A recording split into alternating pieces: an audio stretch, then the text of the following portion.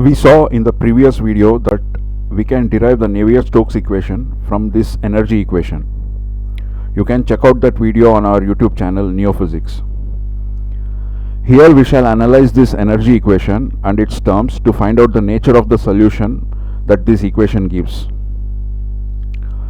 So apart from the energy equation, we have these other conditions. The condition that divergence of the velocity field is 0, that is del dot u vector, that is the velocity vector. U with an arrow is a velocity vector, del dot u vector is 0, or the divergence of velocity field is 0.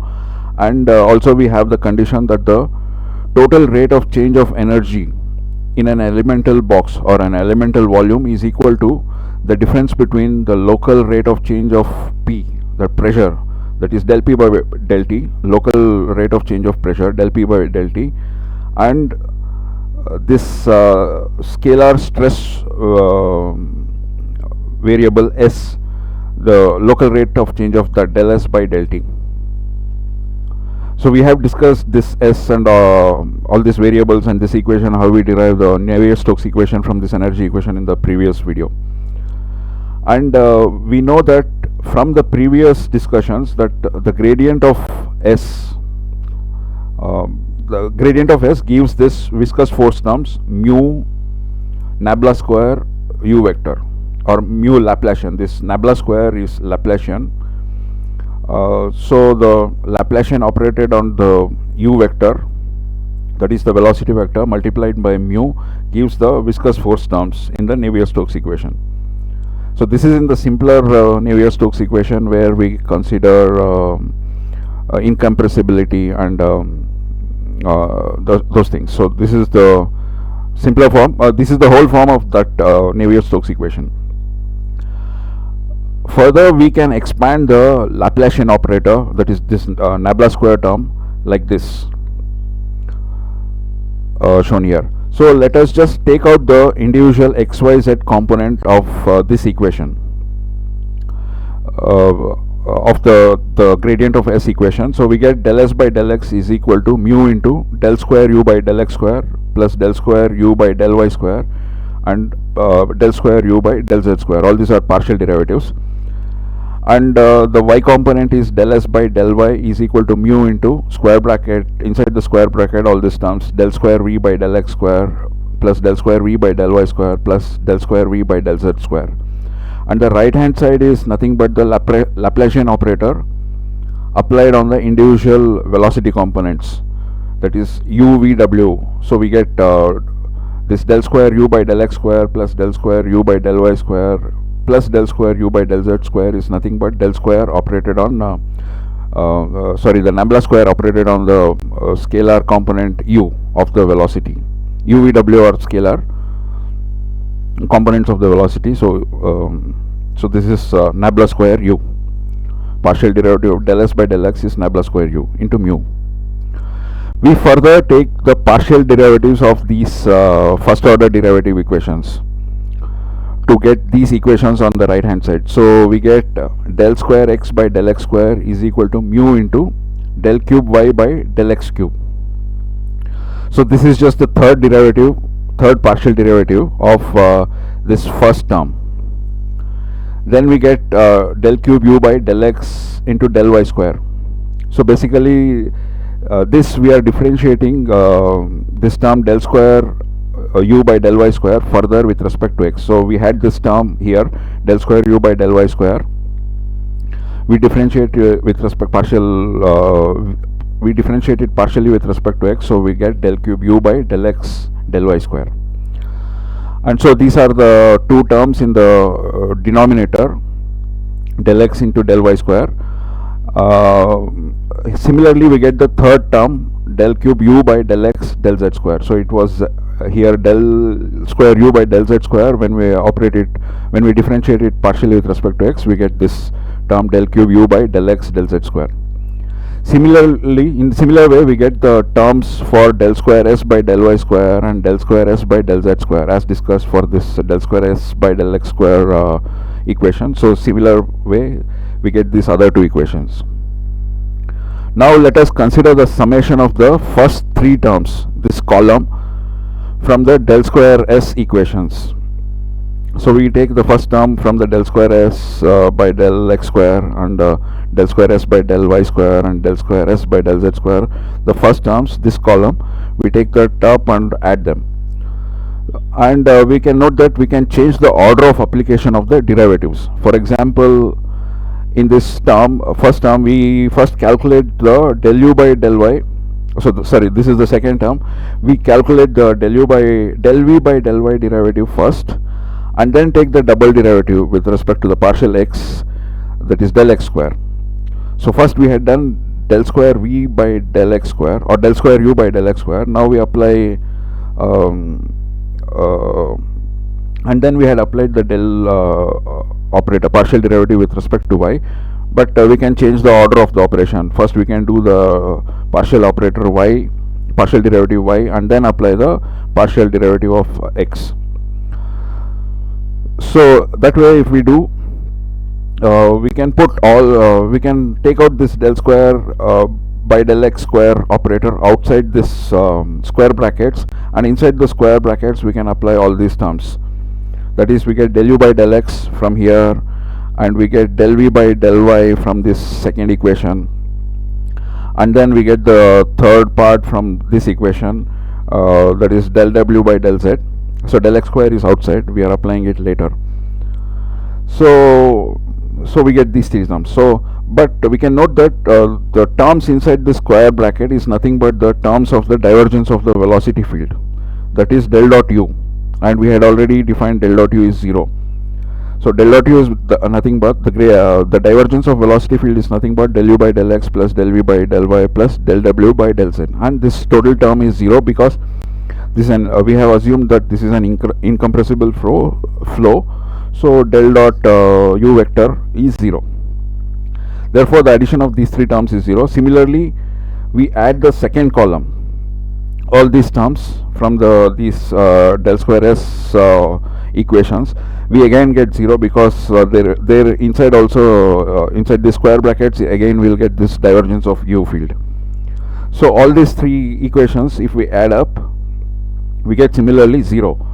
So the sum total of all these terms, del square s by del x square plus del square y by del square s by del y square plus del square s by del z square, the summation of all these three, when you add up all these columns together, is overall 0.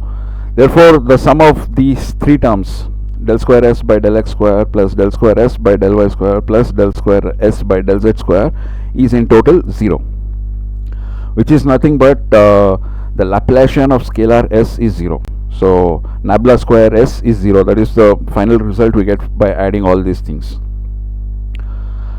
We can also get the same result by using this above equation in the vector form that we have defined on the top. So here we said del dot u is 0. This is the divergence of velocity, and so the first term goes to 0, and taking the divergence of the gradient. So here nabla s is there. We take nabla dot nabla s, the divergence of this gradient of s, on the left hand side. So on the right hand side we will get divergence of a curl. So here we get divergence of a gradient, which is nothing but nabla square s. Or on the right side, when we take a divergence, it gives the divergence of a curl. So we know from basic vector calculus that the divergence of a curl is always 0. So basically we can get back the Laplacian equation, nabla square s is equal to 0. We individually saw from by adding individual components that nabla square s is 0 or Laplacian of s is 0. So we can again get the same results, which is basically the Laplacian equation, nabla square s is 0. This del square s is just the Laplacian operator. When this Laplacian operator operated on some variable is 0, we get the Laplacian equation. And the solution to this is well known, and it is known as a harmonic function. This is a very well analyzed form of equation. And the solutions are called what is known as the harmonic functions, and these functions are smooth everywhere spatially, and they have infinitely continuous derivatives. So that is, they are infinitely smooth and continuous, and therefore they do not have any singularities or infinities within the domain, within us, unless we go to the edge when x becomes infinity or y becomes infinity. Unless we are going to those edge cases, in whatever bounded domain we consider, it will always have smooth continuous behavior spatially, and there won't be any infinities and singularities. So if this function s has any time dependence, so this was a statement only about the spatial derivatives, it's smooth and continuous and without any singularities, but this s may also have a time varying component. So if this s has a time dependent component, then we can write this function s in the variable separable form, in this form. So we will write s as s naught of t, which is the time varying part, multiplied by the spatial function s1 of xyz. So s is represented as s naught of t into s1 xyz. So s naught t is purely a time varying function, and s1 xyz, s1 function is purely a spatially varying function. So it s1 encompasses all the spatial variations. So now let's write down the Navier-Stokes equation. So these are the individual components, xyz components of the Navier-Stokes equation, and we further write down the partial derivatives. So we can again take the partial derivative del by del x of the x component, del by del y of the y component, del by del z of the z component. So these are the equation on the right hand side we'll get after this second partial derivative, after this partial derivative. So so what happens is, when we take that and add all this up, we get in the first equation, we get basically in all these three equations we get these del square p and del square s terms, second order partial differential terms. So again, by changing the order of application of the derivatives, like we discussed in the previous slide, we can sum up all these three equations, all these del square equations we can sum up, or the partial derivative equations on the right side, we can sum all this up, and what we get finally is rho into d by dt. So this d by dt is applied to as an operator to this whole thing inside the square brackets, and inside the square brackets we get del u by del x plus del v by del y plus del w by del z. So we are just changing the order of application. First we had calculated du by dt and then calculated a partial derivative with respect to x, but now we are doing it reverse. We are first calculating del u by del x and then apply the time derivative. So we'll get the same results, and we can add up into this form. So d by dt into all these terms inside the square bracket, and p and s becomes these Nabla square terms with the Laplacian operator. So this will be, the other terms will be del square p or Nabla square p minus Nabla square s. So and this whole equation is 0 because we are just adding up all these three equations which were already zeros on the right hand side. So we know the terms inside the square bracket is, again we know this is the divergence of velocity, del dot u is 0. Then we had derived earlier in the previous slide that Nabla square s is 0. So we know this value del square Nabla square s is 0, and we know this divergence of velocity is 0. So these two terms, the first and the third term, first and the last term of this equation becomes 0. So whatever we are left with is this Nabla square p term. So that has to be naturally 0. So Nabla square p is also 0.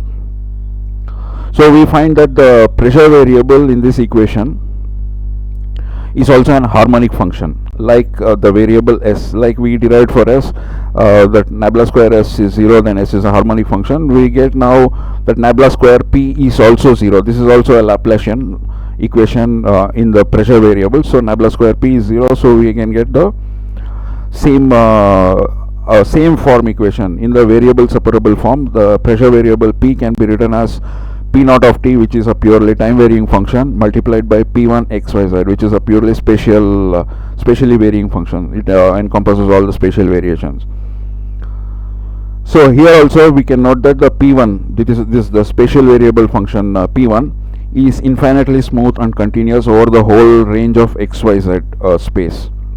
Whatever the value of xyz, it is completely smooth and infinitely smooth and completely continuous. And also it doesn't have any singularities and infinities.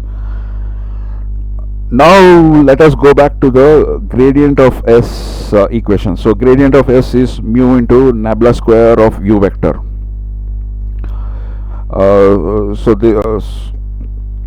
So we saw that earlier. So we'll now here the nabla square u, nabla square v, and the nabla square w equations are not zero. So earlier we had discussed the terms where nabla square s is 0 and nabla square p is 0. Here we also have the same form. On this right hand side we can see the term nabla square u, where u is a scalar which is the x component of the velocity vector, and v is the y component of the velocity vector. V itself is scalar, but it is a component of the velocity vector, y component. So all these three terms we see the nabla square u, v, w terms on the right hand side, and they are equal to some infinitely smooth continuous function on the left hand side. So this nabla square u term is related with del s by del x, and this nabla square v is related with del s by del y. So we saw all this earlier. So but basically what we can say now is these equations are now instead of the harmonic function form, harmonic form, they have a little different form which are called elliptical regularity. You can check this out, what is the form and what does it imply on say Google search or from one of these AIs. You can check with AIs. So what we get is these elliptically regular functions. So basically again these three velocity components u, v, w are also infinitely smooth and continuous functions. So they have these functions of the form that is shown here. We can consider a more generic form like shown in this Google AI reply from the Google search, but we will not consider that because it just makes the calculations a little more complicated, but final results we get essentially is the same. So we'll just use this simpler form to discuss further. So let's just use this simpler form. So this is the x component of the velocity will be u is equal to s naught of t. So this s naught of t is the same as the function we got in the s function, this scalar stress related function s naught. So this same function carries over to the velocity field also. So u is s naught of t into u1 of xyz. So s naught of t is a purely time varying function, and u1 xyz is a smooth, infinitely smooth, continuous spatial varying function of the velocity fields. So this is also a variable separable form, and similarly v and w are also written in this variable separable form with s naught t into some function v1 which is the spatial variations, and w is s naught of t into w1 xyz. So here also u1, v1, w1, we saw these are all spatial functions and they are infinitely smooth and continuous.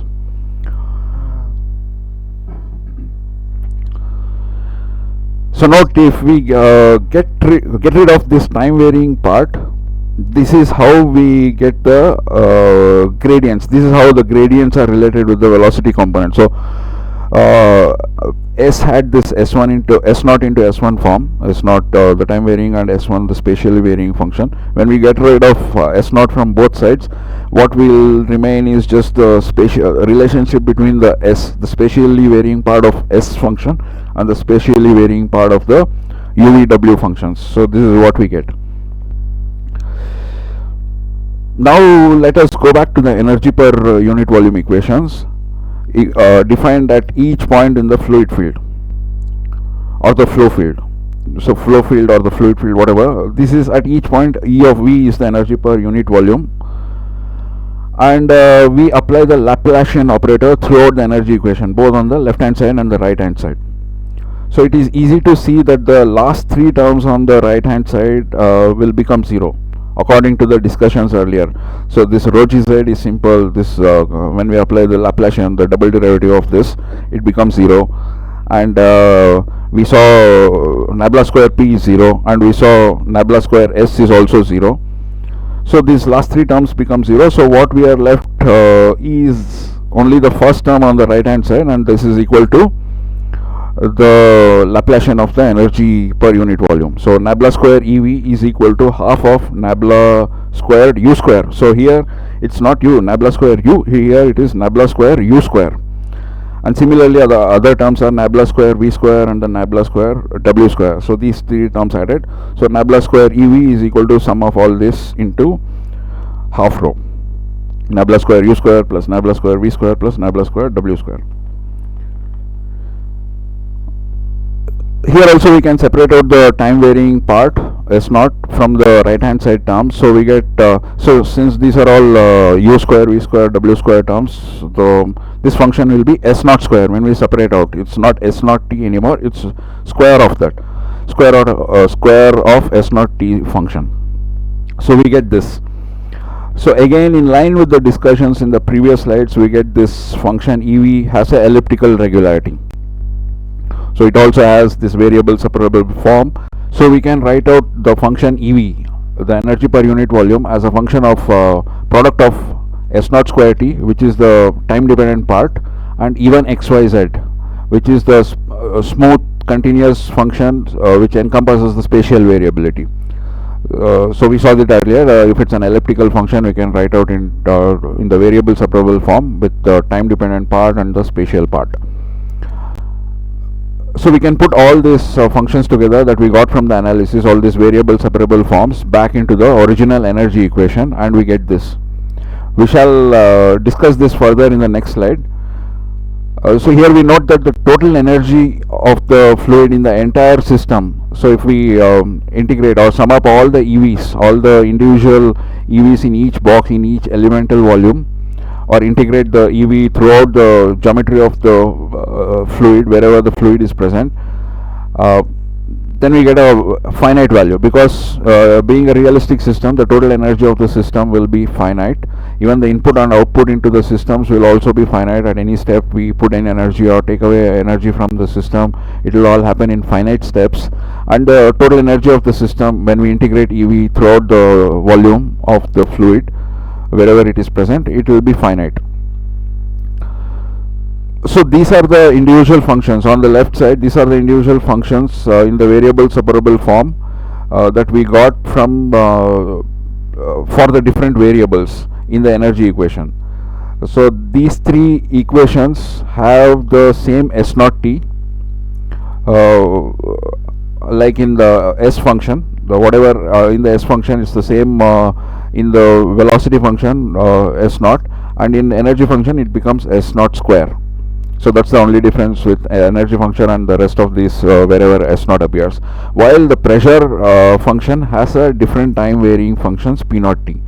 So p naught t and s naught t are different, but both will be finite. When we consider a real system, so when the geometry of the entire fluid system will be finite, and that is, this process of phenomena is not happening in the entire infinite space, but within some limited bounding region of the space. So if we sum up all the individual energy per unit volume terms, or to do the volume integration of EV, then the net energy of the entire system will be some finite value. Even if we consider energy inputs and outputs at each step, or at different step when we put in energy or take away energy from the system, that will also be happening in a finite step. That is, the amount of energy we put in or take away will be a finite value, finite definite value. So because that's what is a realistic system, we cannot just add infinite energy or take away infinite energy from a system realistically. So all these terms are well defined, will have some well defined finite value. Basically the total energy of the system will have a well defined finite value. So individual EV terms at each point in the fluid will also be finite. Even if we consider that the entire energy of the fluid somehow gets concentrated in a very small region, in an individual elemental volume region, even then the value there will be finite, because the sum total of the energy is finite. So basically here the EV on the left hand side is finite, and this even xyz, which is the spatial function, which is the smooth continuous spatial function, also has finite values everywhere. It doesn't have any singularities or infinities. So EV is finite, even xyz is finite. So s naught t, or rather s naught square t in this equation will also have to be finite, because both these other factors are finite. So once we divide one by the other, it will, s naught square will have a definite finite value.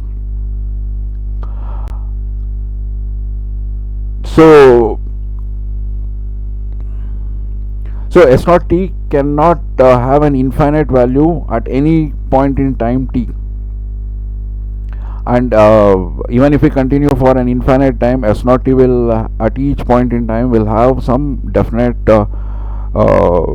finite value.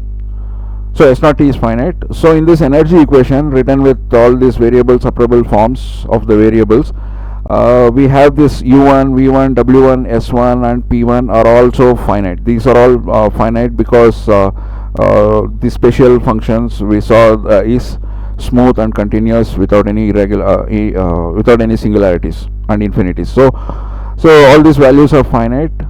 So when all these terms in this energy equations, so S naught square is finite, S naught square E1 is finite, S naught S1 is finite, rho gz this is finite, and all these energy terms U square V square W square into S naught square, this will be finite. So when all the other terms are finite, then this pressure function will also have to be finite. This P naught into P1 invariably has to be finite. So basically both S naught t and the pressure related time varying term P naught t both are finite. So that is the important point. That is the main conclusion from here, that the time varying functions cannot have infinite values or some indeterminate values. It will have some finite values. Both S naught t and P naught t will have some finite value, well defined. So the time functions, but the time functions may have some sudden jumps.